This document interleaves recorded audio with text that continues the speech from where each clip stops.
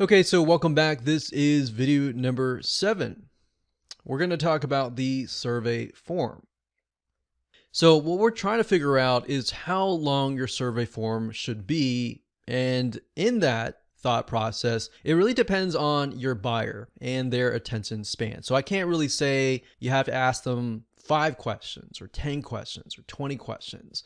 It really depends on your prospect and essentially their patience level. So in order to do that, you have to get an idea of their typical day. So that's why we did the exercise previously. So if you skip that, you're really not going to know how much time they have during their typical day. Now, if you go back and do that typical day exercise, it's going to reveal to you some things, and that will give you a better idea of, okay, their day is really, really busy. They're not going to sit down and take a 20-question survey, but they will definitely sit down and take a 5 or even 10-question survey.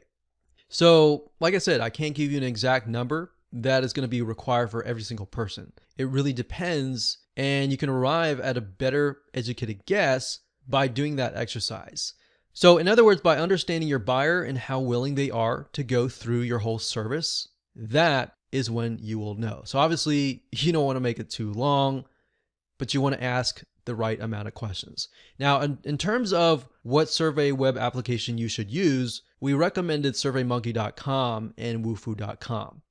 And the reason why we don't recommend every single survey form builder or quiz builder or anything out there is simply because for this to really work, you're going to need to have an option that will allow you to redirect people to different locations based on the questions that they answer. So going back to the father, the single woman, and the elderly couple. So we have 3 different choices.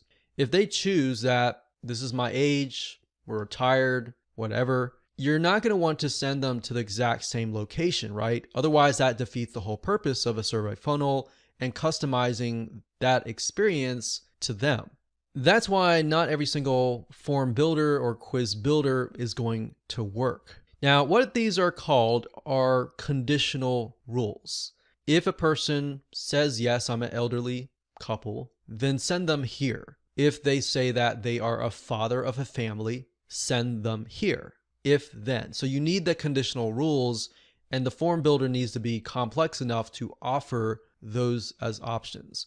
So going back to the security example, if the father is taking the survey and checks that, yes, we want to redirect them to a specific location.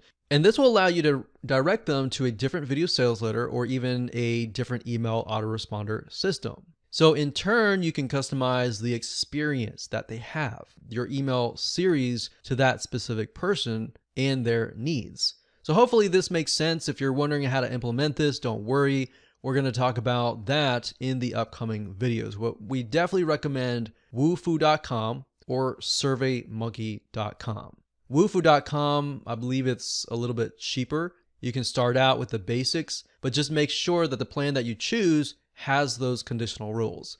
Now, if you want to start out with the cheapest plan first, and then as you discover those different buyers, then you can switch up. So whatever works for you, go ahead and do that now.